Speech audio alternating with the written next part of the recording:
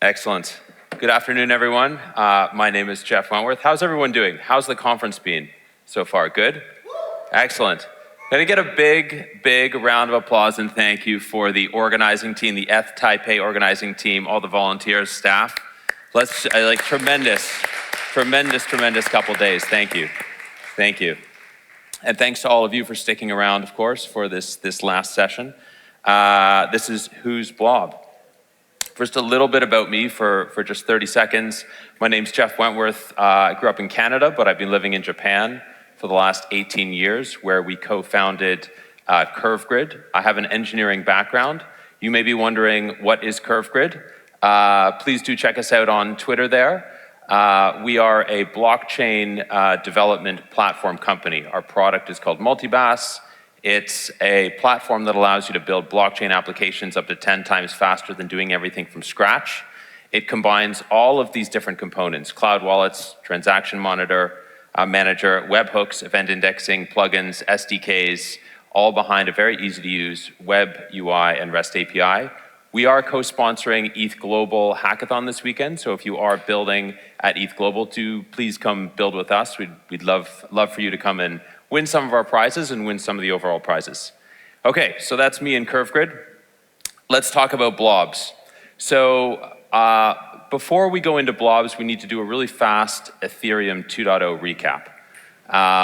Then we're going to talk about what blobs are. We'll talk about the blob fee market, blob components. We'll do a sample blob transaction. And we'll talk a little bit about how L2s use blobs today and how they plan to use them in the future. So how many people here are familiar with this diagram? This diagram describes the Ethereum 1.0 to 2.0 upgrade, or the merge. How many people have seen this diagram or a diagram like this before? Okay, like maybe 15 to 20%. Okay, that's great. So I'm going to go through this really quickly just to help set the stage, because it's important to understand a little bit about this, to understand a little bit about blobs. So two parts. First of all, the Ethereum evolution itself. Originally, we had proof of work, right, which contained both proof of work itself as well as the Ethereum state. And then in late 2020, Ethereum booted up the Beacon chain. And the Beacon chain was basically the proof of stake component that was being incubated and developed and worked on for a period of about 2 years until the merge happened in September 2022, right? And at that point, the Beacon chain became the Ethereum chain, and we moved from proof of work to proof of stake. So proof of stake along with the Ethereum stake. And again, these two different consensus mechanisms. Proof of work, as you all are very familiar with, I'm sure, where miners solve a very complex mathematical puzzle, and block time varies, sometimes between 10 to 15, somewhere between 10 to 15 seconds, depending on mining difficulty. And proof of stake, validators now deposit 32 ETH each. Of course, that's soon to be increased. Validators are randomly selected, and it's a fixed slot time of 12 seconds. The Beacon chain itself. So the Beacon chain is the Ethereum chain today. A slot is there's one slot exactly every 12 seconds. It may or may not contain a block, and an epoch contains 32 slots and is exactly 6.4 minutes long. You can see here in the bottom diagram that as we move through the epochs, you go from finalized to justified to proposed slots and the blocks that they may or may not contain. And then the diagram on the right there, we have pre-merge, where basically we were only concerned with the execution layer existing inside of proof of work. And post-merge, we now have the execution layer sitting inside of this consensus layer. So what are these layers? The consensus layer consists of the proof of stake consensus algorithm, which receives and propagates blocks.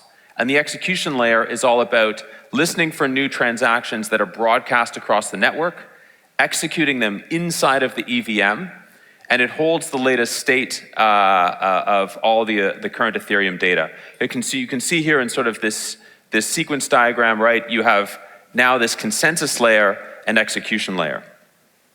And if we look at what this looks like from a client or API perspective, right? The actual software that's running on our Ethereum client or Ethereum node. If you are a blockchain application developer, you may only care about the execution client or the execution engine. But there is also a separate piece of software that Ethereum validators are running called the Beacon client or Beacon node. The two of these pieces of software together, and they're separate pieces of software, are running inside of your validator client and make up a complete Ethereum client, right? So you may be interacting, you would interact with the execution engine or the execution client through Web3 ETH, your classic JSON RPC. And then there's a REST API connection into the Beacon node. And you'll note that both the Beacon node and the execution engine are communicating peer-to-peer over the Ethereum blockchain network. Again, the Beacon node is primarily concerned with blocks, and the execution engine is primarily concerned with transactions. This is going to become important in a minute. So we're still sort of setting the stage here for blobs, right? And again, listing some of the popular consensus and execution clients, which I'm sure you all heard of, and obviously we just had Han from Nethermind speaking right before me. Okay, so who is Blob? Blobs were introduced really with EIP 4844, also called proto-dank sharding. And when I first heard about proto-dank sharding, I thought the emphasis was on the word dank, which means kind of musty or moldy, but actually it's the name of an Ethereum researcher, Dankred Feist, who came up with this. So I was quickly corrected there. So proto-dank sharding equals EIP 4844 equals blobs. These were included in the Cancun DNAB upgrade, which went live just over a year ago. And obviously it's available across Ethereum today. So it added a new transaction type, right? So previously we had legacy transactions, and then with EIP 1559, we had dynamic fee transactions. Now we also have blob transactions. And as Vitalik mentioned yesterday, there's currently actually it's a target of 3 blocks, but a max of 6 blobs per block, and that's soon to be increased with Pectra. And we just finished talking about the Beacon node, the execution engine. Blobs are persisted in the Beacon node. They're also pruned or deleted after 4,096 epochs, or roughly 18 days. So blob data is thrown out every, a little bit more than every 2 weeks. And crucially, blob data is not included in blocks. So where is blob data included? Where does it sit? Well, we'll get to that. I want to talk a little bit about the blob fee market. And I'm going to introduce it here, and then I'm going to show you a real-world example of what this actually means and why we introduced blobs in the first place, because a lot of it has to do with cost and efficiency in the Ethereum protocol. So along with the introduction of blobs and proto-dank sharding and EIP 4844, there was the introduction of blob gas as this new type of gas. So it's independent of normal transaction gas. This minimum amount still needs to be paid, but it follows its own targeting rule, very similar to EIP 1559, right? So there's about 131K of gas per blob. Again, I mentioned this before, but target blobs per block are 3, maximum of 6, and it's a slightly different base fee formula. So you could think of this as kind of a multi-dimensional fee market, and you can see here in the diagram, right? This submitted transaction on the left is the entirety of the transaction, right? So we still have our max fee with our max priority fee, and then according to the fee market, the fee auction market, if you will, for the regular portion of the transaction, we will have basically the base fee paid, potentially a refund, and then the priority fee. And then it's the same thing for a blob fee, except we don't have this kind of priority fee. So what are blobs used for? Well, primarily for storing layer 2 rollup data, although we'll show in a little bit that that doesn't necessarily have to be the case. Basically, like, the blockchain transaction cost is related to the amount of data that you need to store on the blockchain, who needs to store it, how many copies are stored, and how long you're storing it for.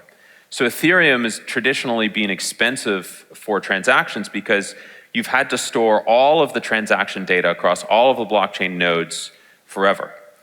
So one of the trade-offs that L2s make in order to offer much cheaper transaction fees is offloading some of the security around how long and where the data is stored to their companion layer ones, right? They basically do this by being more centralized and posting guarantees back to the L1 on a regular basis. So again, here we have our layer 1 blockchain, let's say Ethereum. We have our validators. We have our blocks, block 0, block 1, block 2, and our associated transactions per block.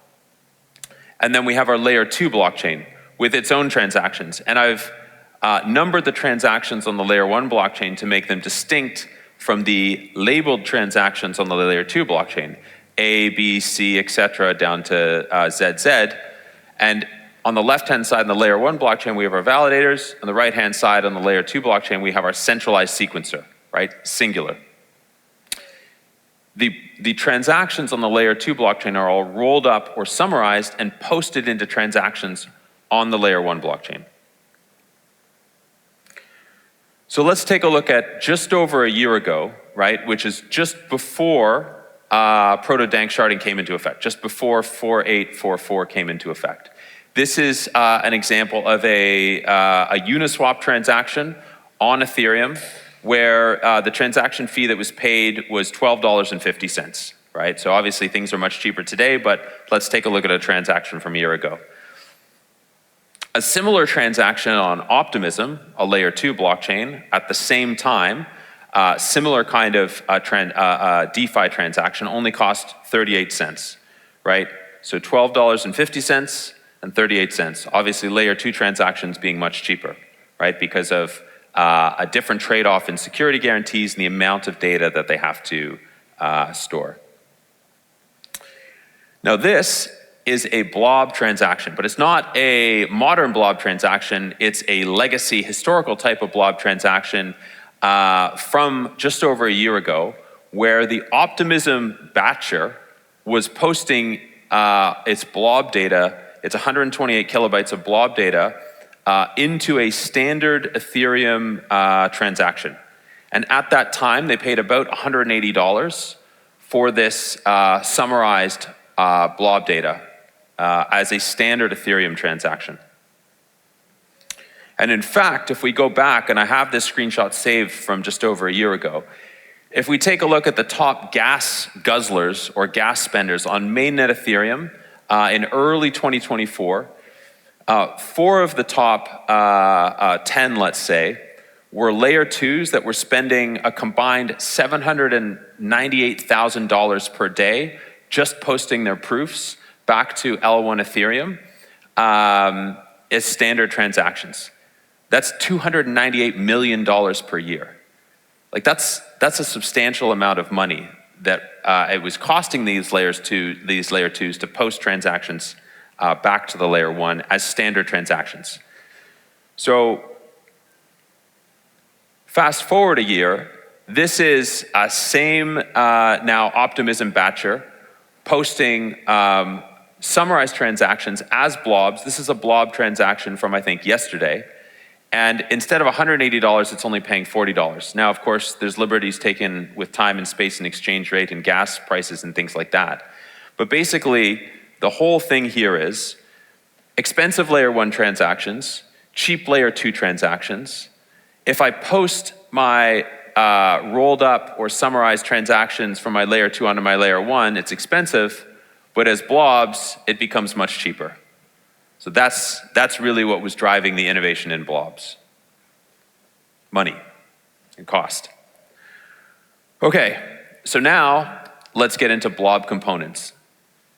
So there's really 4 kind of things to think about here, and these aren't all parts of a blob, but these are all concepts associated with blobs that are important to understand. And we're going to describe where all of these sit in this next section. So the first piece is the blob data, right? This is the opaque content of the layer 2 transaction batches that is the blob itself. Then we have what are called the KZG commitments or a polynomial commitment. This is also called the blob hash, and this is available in the EVM. You can actually retrieve these within Solidity from the transaction, from the code that runs within the Blob transaction itself. And KZG stands for the initials of the 3 authors of the 2000 paper that figured out these polynomial commitments. Related to that, we have KZG proofs. And these are used to prove data was in a blob. This can be done off-chain or in smart contracts through some sort of solver or prover that runs iteratively on the blockchain using a lot of math that is way above my capability as a computer engineer. But I think all the computer scientists would be able to dive into this. And then we have this concept called the sidecar. And this is let's say a technical term in this whole blob construct. And the sidecar is off-chain data structure of a blob and its metadata. So blob data, KZG commitments, KZG proofs, and the sidecar. So this is a picture of a motorcycle and its sidecar. For any of you who are wondering what a sidecar is and where they got the terminology from. Now obviously this is a picture from the movie Indiana Jones and the Last Crusade. Harrison Ford is Indiana Jones, and Sean Connery as his father, Dr. Jones. So as I like to say, maybe we shouldn't call this sidecar, but we should do it in a Sean Connery accent and call it a shidecar. Thank you. And so what you can think of here is, in this analogy, in this visual analogy, we have the motorcycle is really the block with the blob hash, and the blob is the sidecar. And the sidecar, again, it's a technical term that's used inside of the Ethereum ecosystem, inside of the beacon clients. This is really divided between the execution and the consensus clients, right? Or execution layer and the consensus layer. Again, so the block is on the execution side and the blob hash side, whereas the blob is sitting in the sidecar and the consensus layer. 2 weeks later, or 18 days later, 4,096 epochs later, we throw away the sidecar and we're just left with the block and the blob hash. And so that's how we remain efficient with this. We have all of this blob data that we had kept around for 18 days, propagated globally. Anybody who needed to do something with it did something with it, whether it was validating the fact that a layer 2 was doing the right thing, or saving it for later, caching it for later. But there's only a guarantee that that sidecar data would be around for 18 days. All right, should we do a sample blob transaction? Who wants to do a sample blob transaction? Anyone? Yeah? All right, should we do this? All right, let's do a sample blob transaction. All right. Okay, so we're gonna jump into some code here. Can everyone see this okay? Yes? Excellent. Okay, so this is a very simple proto hack sharding program that I wrote to test proto dank sharding. We're going to compose, sign, and send a test EIP 4844 transaction with some placeholder blob data. So I'm just going to describe what this code is doing. Obviously what layer 2s are doing, what the sequencers are doing is a lot more complicated, but I thought this might be interesting to kind of dive in here a little bit. Okay, so the first thing we do is use everyone's favorite, this is in Golang, by the way.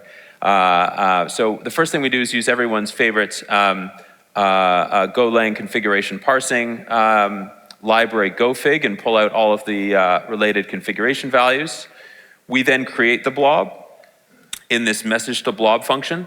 And so basically what we do here is very quickly we're into this KZG 4844 library that's inside of Go Ethereum that's basically turning our blob into a KZG commitment. It's then computing the proof from that commitment. And at this point, we have basically everything that we need to go and compute the blob transaction. Okay, so we've done message to blob. Now we start to construct the sidecar. And I wasn't joking when I said that sidecar is a real technical term. There it is there inside of Go Ethereum. So we construct the sidecar itself with the blobs. Here's just a single one, single commitment, single proof. And then we start dialing up our Ethereum node. So we dial up the Ethereum node, we pull out the network ID, which we need to compute the actual Ethereum transaction. We load in our private key and set up our signer. And then we start to put together our blob transaction.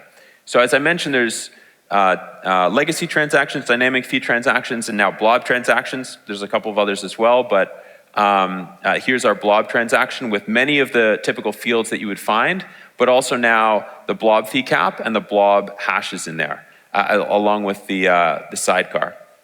A few different housekeeping pieces around setting up the transaction. We now go and sign it with our private key. And we're just going to output it then, and then we send the transaction to the blockchain. All right, shall we do this? Let's do this. All right, so the first thing I'm going to need is an ENS address. Who here wants to share their ENS address with me? And you are going to be the recipient of one brand new blob on Sepolia today. Anyone? Anyone? Yes, what's your ENS address? It'll work on Sepolia. Martin? Hold on, Martin, what's that? VOL. Is this you? All right. It's a great photo, excellent. You've got everything linked here, that's perfect. Okay, this looks like your address, right? Yeah? Okay, so OXF1239, et cetera, We're gonna go to our command line. We're gonna fire up our proto hack sharder here.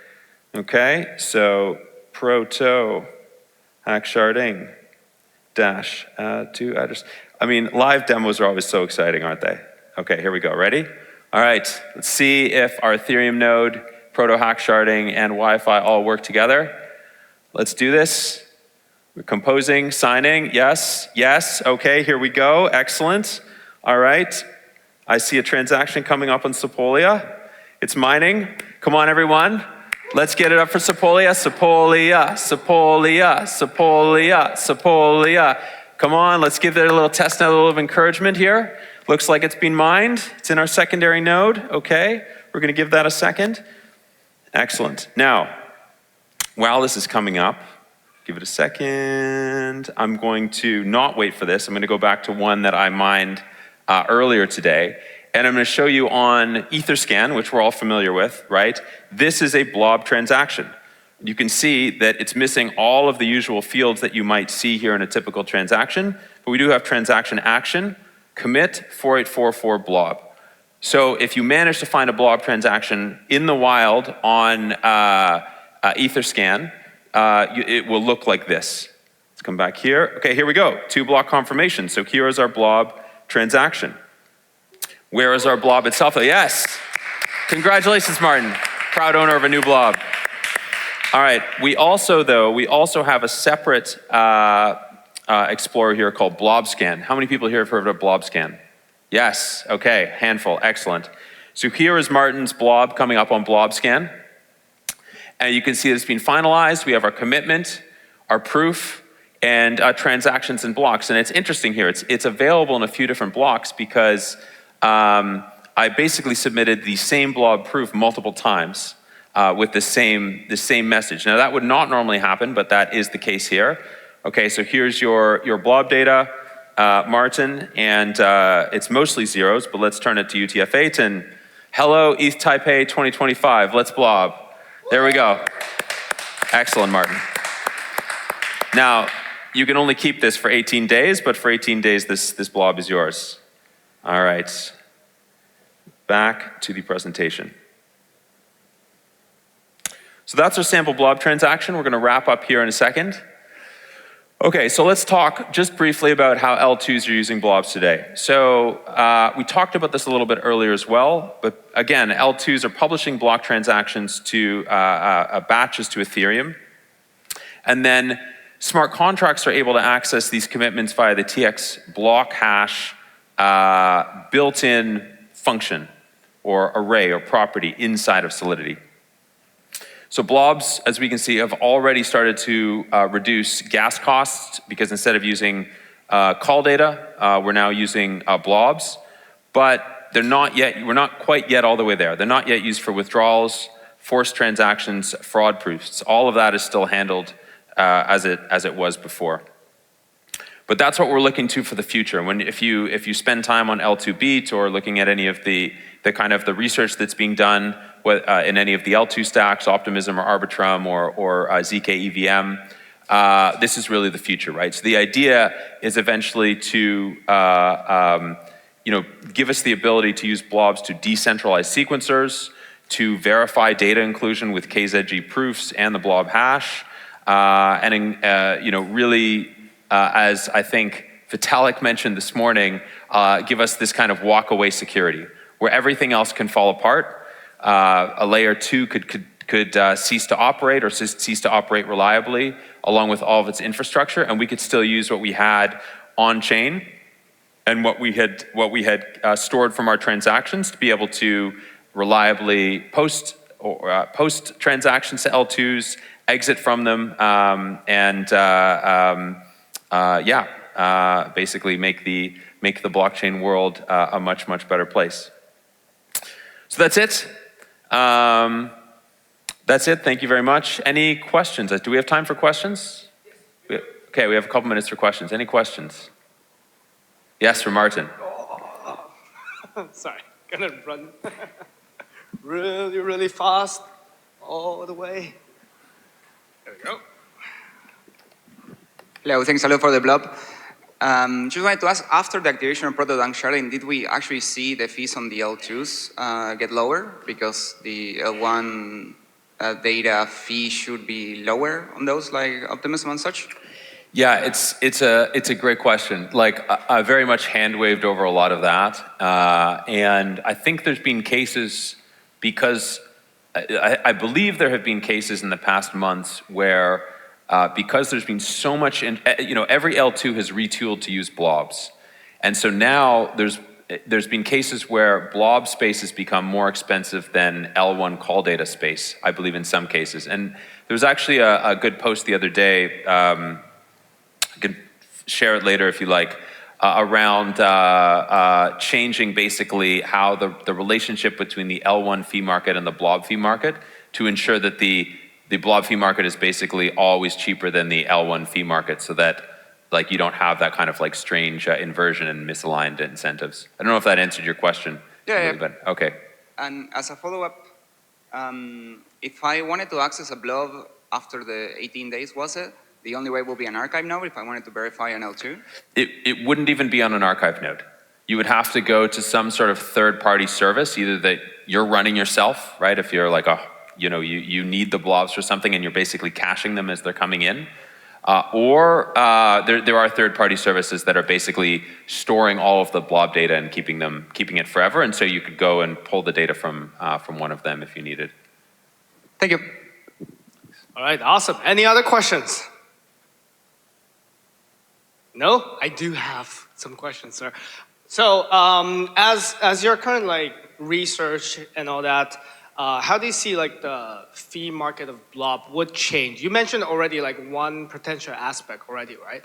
And I think one of the factor is like there's so many L2s using that, and then it's competitive.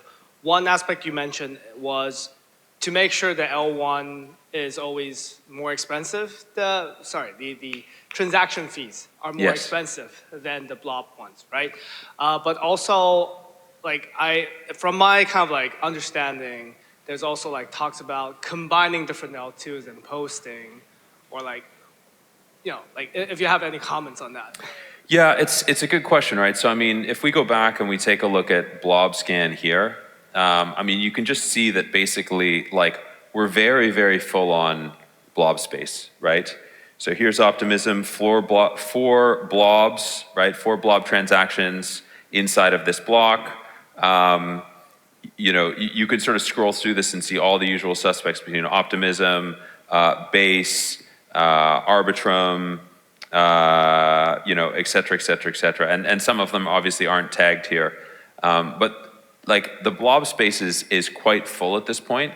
And so, yeah, I think there's like, without getting into any of the politics, but just to touch on it, there's let's say the $298 million per year of notional value that Ethereum L1 has now saved blobs, right? Like, what is the right, if everything moves to L2s and L2s are paying cheaper and cheaper fees on Ethereum L1, like where does the economic security or incentivization from it, to secure Ethereum as an L1 or use Ethereum as an L1 come from? And I think, like, I'm not an economist at all, but I think that's another part of this equation that's kind of driving all of the debate in the Ethereum ecosystem now, right? Like, we want to increase the blob size and make it go from 375 kilobytes to 768, beyond that up to 64 megabytes. But does that mean that Ethereum as an L1 just becomes irrelevant, or maybe it turns into something, or into a different kind of relevancy? But what does that mean? The other aspect to all of this is like, nothing comes for free, right? We've seen this in some blockchains where they've forked Ethereum, let's say, and just greatly increased the gas limits, right? And you think, okay, great, like cheap and cheerful, and I can run anything on here, and it's super fast. 1 second transactions, 80 million gas per block. The problem is that from a very practical and real perspective, we run into time and space and cost considerations. So time in the sense of how long you can, the ability to propagate more and more data around the internet reliably, right? The space being how much fast SSD storage you need to be able to store this data, and the cost being around really CPU time to be able to process these transactions and blocks. So if we go up to 48 or 64 megabyte blobs quickly, does that mean that I can no longer run an Ethereum node on my MacBook, right? Or on my MacBook Mini? Do I then need like serious, server hardware? Do we give up on home stakers, home validators, et cetera, et cetera? So I think that's the other, another dimension to that equation as well. Awesome. Thank you so much. And how about like the talks on combining L2's blobs together and then like submitting that? I recall there was some discussion around that, but I don't really remember how it went. Yeah, it's a good question. I don't have probably the latest context on that either. I can definitely see something like that happening though. I think that with this proliferation of L2s, that they and limited block space, L2s growing faster than the block space, that some of them probably will bind together to figure out a way to share blob data. All right, awesome. One last chance if anyone has any more questions. If not, then thank you, Jeff. Thank you, everyone.